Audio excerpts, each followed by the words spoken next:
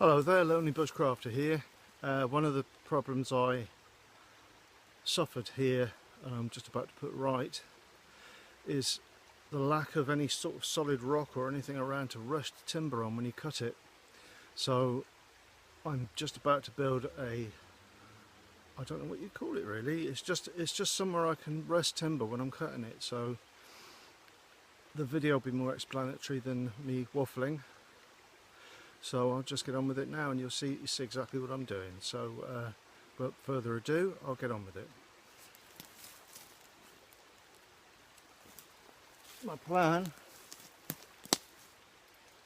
is to just place this here and then shorten it. Then I can rest timber through this little angle and I won't have to worry about hitting the floor, fouling stuff. It'll be a decent height to cut with. The other end down there, which I'll show shortly, is into the ground almost. This is quite a thick old piece that I found up in the woods over there. So I'll just tie this up now. So I'm only using twine because I haven't got any paracord with me. So double or quadruple.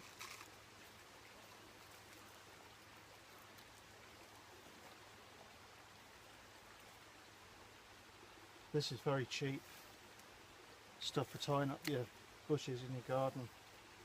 It's not really ideal, but next time I come up I'll bring paracord with me. That should do it.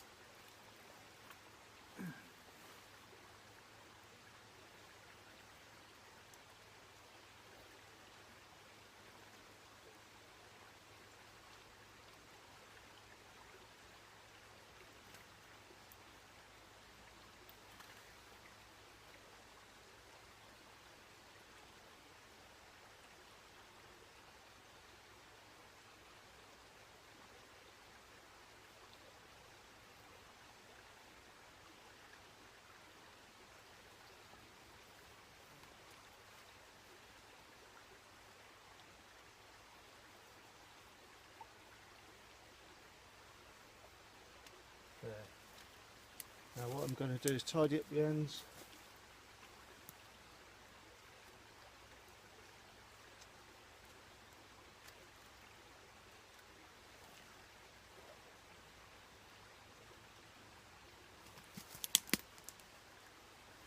And now I'm going to go round and back and forth a few times just to strengthen up the support.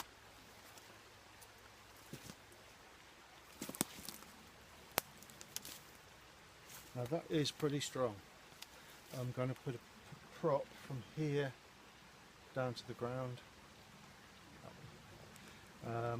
which I'm going to have to go and find a piece to trim to size, so bear with me.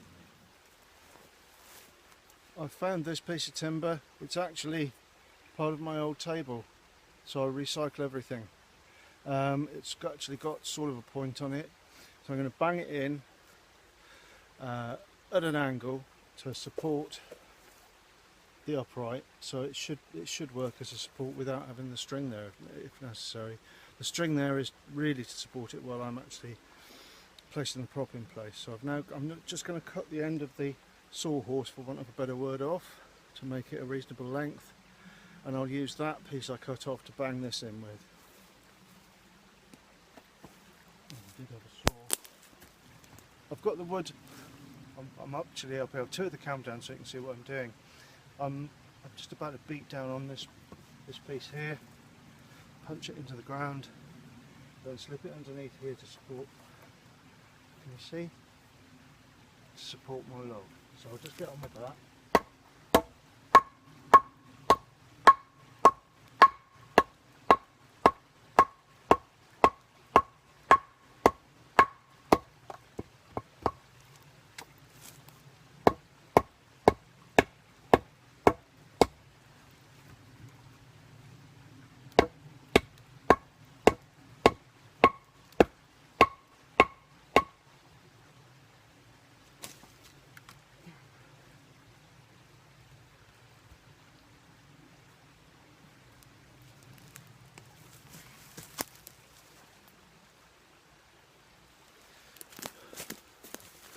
Okay, I'm now going to tie around here to make sure this doesn't pop out. It's now good and solid.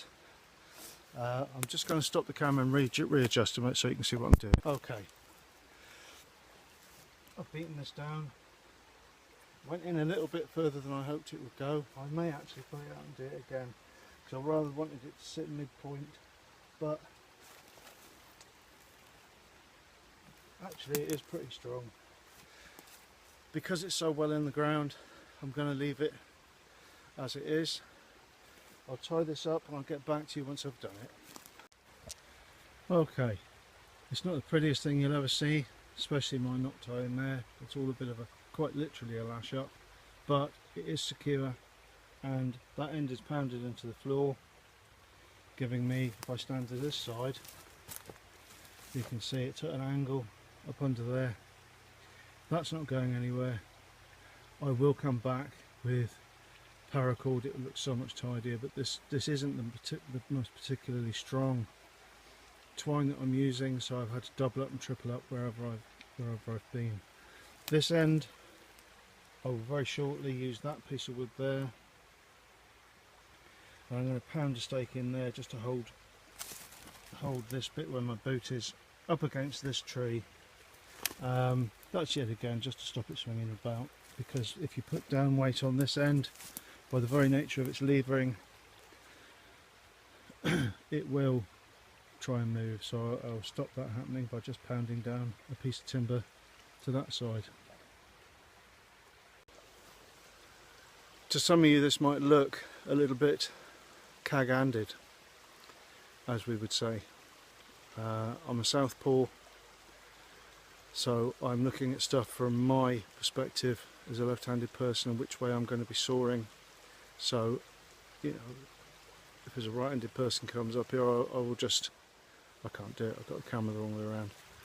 I would just tie that end there up to here, and that would give a right-handed person somewhere to saw.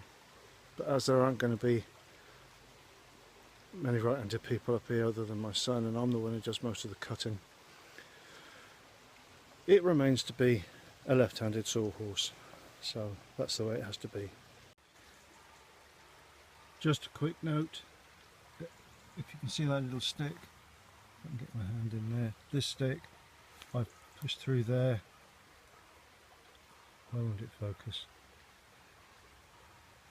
I've pushed this stick through the bunch of knots and spun it round a couple of times, the same way I've done with all of my, if I just turn here, you can see my table ends are tied to the, well, not tied to the tree, they're clamped to the tree using, actually I've got two, one there, one here. That must have been when I was putting it together initially, because I was single-handed up here, and this one is a more substantial, providing a nice clamping motion in that direction by this winding up. I've found that an invaluable method to secure stuff. It doesn't damage any of the trees you're working with, and it is secure. The only thing that failed my last table was the fire had burnt away the two cross members that run between here and the other side. I think you can see. It just burnt through. It was my old colander. I've now got this fantastic fire pit. As you can see, it's almost burnt out now. All I'll do shortly is take that down to the river, chuck in what's still burning in, and I will have that back in its pack, cold, ready to use next time in about 3 minutes. So it's not a bad old game. One of the things I try to avoid, as you can see, we have a cut end, and that's very obvious, and it will be spottable for a few hundred yards, I think, anyone who's keen and looking. So what I'll do is grab myself, if I can just do this here, grab myself some muddy earth. It's not actually very good, this is mostly peaty and not very much soil. Let's try that. Right.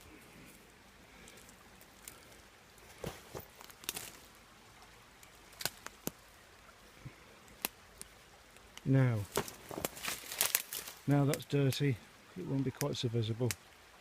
As I said last time I was here, I'm not paranoid, but it's always useful. You never know what circumstances are going to overtake you. One of the reasons I'm not very keen on that twine is it's a rather bright green. It's an unnatural green. So the faster I can get my sort of coyote coloured paracord on there, the better for me. But this is a really good, nice and secure sawhorse now. I won't have to worry when I'm cutting stuff in the future. The only thing I'm going to do is, I've got this angle here, I'm going to, the other side of the tree, I'm going to run a pole, a horizontal, across to there, across here. That means I can rest timber, short pieces, off the back of there to here, and be able to work on that. I mean, this is a nice piece of timber. I was loath to use it really, but because it's going to take a load, I think it's worth using. The other thing is, if I need to look up there and deal with anything up on the roof of the little shelter, I can use this as a rung. It's only a yard off the floor, 3 feet. I can jump up onto that. That will hold my weight, even though I'm not exactly the slimmest person on earth, especially after I've had my lunch. I'm pleased with this, so unless I can think of anything else while I'm here, so long, and see you on the next one. Please like and subscribe. It means a lot to me. I like people to comment as well. If you think I've done something silly, or you can recommend something, or just something nice to say, or something critical, please put a comment in the comment box. It means I know people are actually taking a notice and actually looking at what I'm doing. It makes me feel better. I'm sure somebody will say something about my horrible twine tying, but as I say, it's a very temporary measure. It was really just so I could do this today. I may well come up during the week. It's now Sunday here in the UK. Let me have a look at my watch. 10 past midday. I will definitely be up here later in the week, so once I've done it, I'll put a little update along with anything else I'm doing. But as you can see, the end of that now is not invisible, but from up the bank you wouldn't see it, whereas before it would look like a headlight shining. There are other areas here that I've taken deadwood down. This was deadwood standing. I might just spread that out a bit more. There's not been very much rain here, bizarrely. There's been a lot of wind, and there's another one here. It just stops it being so noticeable. The ends of my table are visible from this end here, but I should probably just pour some coffee grinds over that, and that will just discolour the wood. This tree here, right in the centre of the shot, is where I had this camera slung up. Those bits of green, quite visible green twine, will be going in about 2 seconds, well not 2 seconds, 2 minutes time. So onward and upward. I really like it here. It's calm, it's relaxing. Doing anything here is a joy. I'm going to be back in work pretty sharpish as a driver. I'm not going to have the freedom to get up here as I have had, but that only makes it more and more valuable when I do. So I'll leave it there at this point and see you on the next one.